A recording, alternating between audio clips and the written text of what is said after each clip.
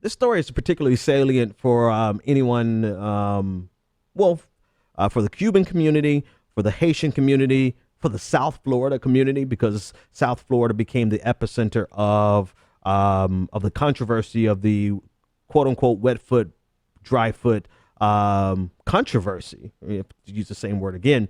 And so with the relationship with Cuba normalizing, it becomes less necessary for America to have the special treatment that they had for Cubans for so many years, since I believe 1994. This is according to the Miami Herald. The Obama administration said Thursday that it's ending the wet foot, dry foot policy, turning the clock on. This is obviously from the Miami Herald, turning the clock on decades of preferential treatment for Cuban refugees and making those who arrive without visas subject to deportation.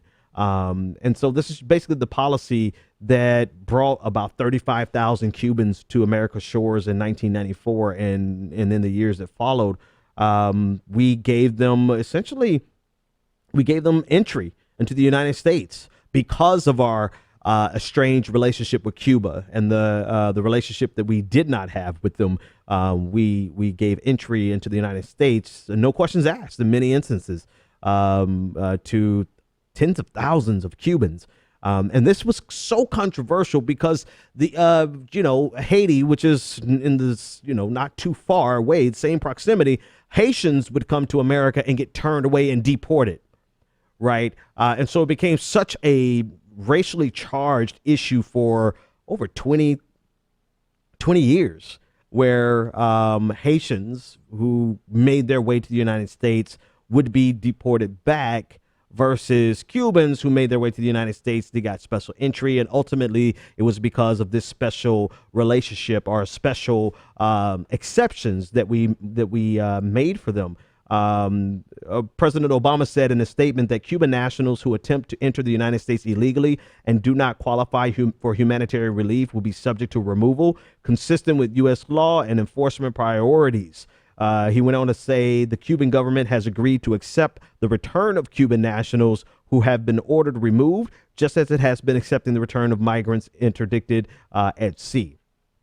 So the special treatment era is over, and essentially this doesn't change anything for the Haitian community. Essentially now Cubans are going to be treated like Haitians. Whoever gets to the shores, it doesn't matter. You get sent back, depending on the circumstances, humanitarian aid or whatever the case may be.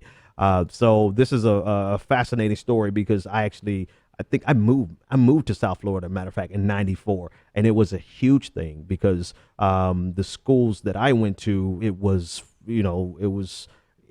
highly multicultural, and it was a great experience, but you had such tensions between the Haitian community and everybody else, and then the Cuban community and everyone else, and then the tensions between the Haitian community and the Cuban community because of the treatment that the United States gave to Haitians versus to Cuban Americans. So now I guess misery loves company. Nobody's getting special treatment. Everybody's getting treated the same, and they will all get deported depending on their individual circumstances and whether or not it's for they qualify for humanitarian relief.